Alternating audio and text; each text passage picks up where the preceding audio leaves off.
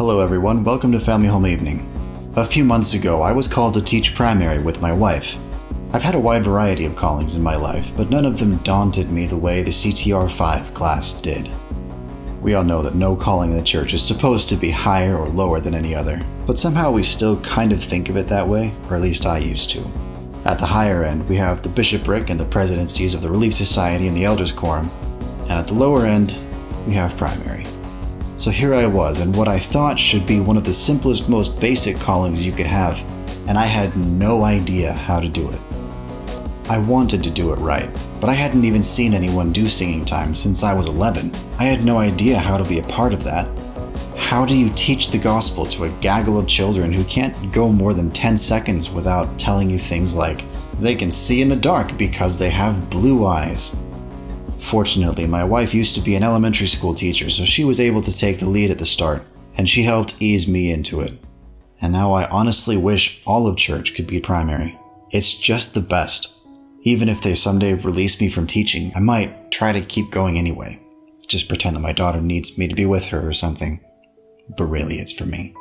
They probably won't let me, and I guess that's fine. But it just feels so wonderful to be there.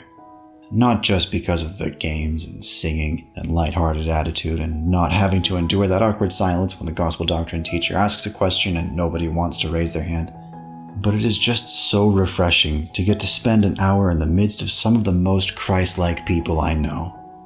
I'm sure some of their parents might assume I couldn't be talking about their snot-nosed entropy machine, and yeah, some of them can be a lot to deal with, but at least during that hour that I sit with them on Sundays, they're so excited. So eager to participate, give prayers, give talks, answer questions. They love so easily, they befriend so easily. They're so honest about when they don't know or understand something. They don't see a line between religious truth and secular. They want to learn the gospel, and they are so good at learning. They drink up stories about Jesus Christ or other people from the scriptures. They're so willing to be led. They are so full of light. I don't know when the rest of us lost that when we grew up. I don't understand how we convinced ourselves that we were better off without it. And I wonder how we can be more like them. Of course, we can make crayons and fruit snacks a regular part of Sunday school, and honestly, that might make it easier for me to go back to gospel doctrine after I'm released from primary. But maybe it has something to do with the way primary teachers have to focus the lesson down to one little fleck of gospel truth. Maybe it's in the way we end up spending so much of class time doing activities or coloring or talking about what the kids did that week, engaging each of them in a personal way. Maybe it's the deliberate focus on helping each person feel loved and really have an enjoyable time at church. Or maybe it's that the children themselves are just closer to heaven than we are.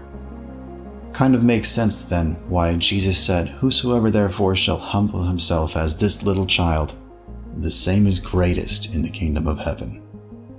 And it feels good to be around people like that. I hope everyone gets a chance to have a calling in the primary. It's definitely not small or inconsequential. It's life-changing. It's vital. And it's the best part of church.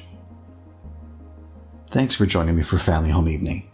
What are the best and worst callings you've had? Tell us any fun stories you have in the comments, because I love hearing from you guys. If you enjoyed this video, please like and share, and subscribe to the channel to keep getting more like it. But thanks for watching, and have a great week.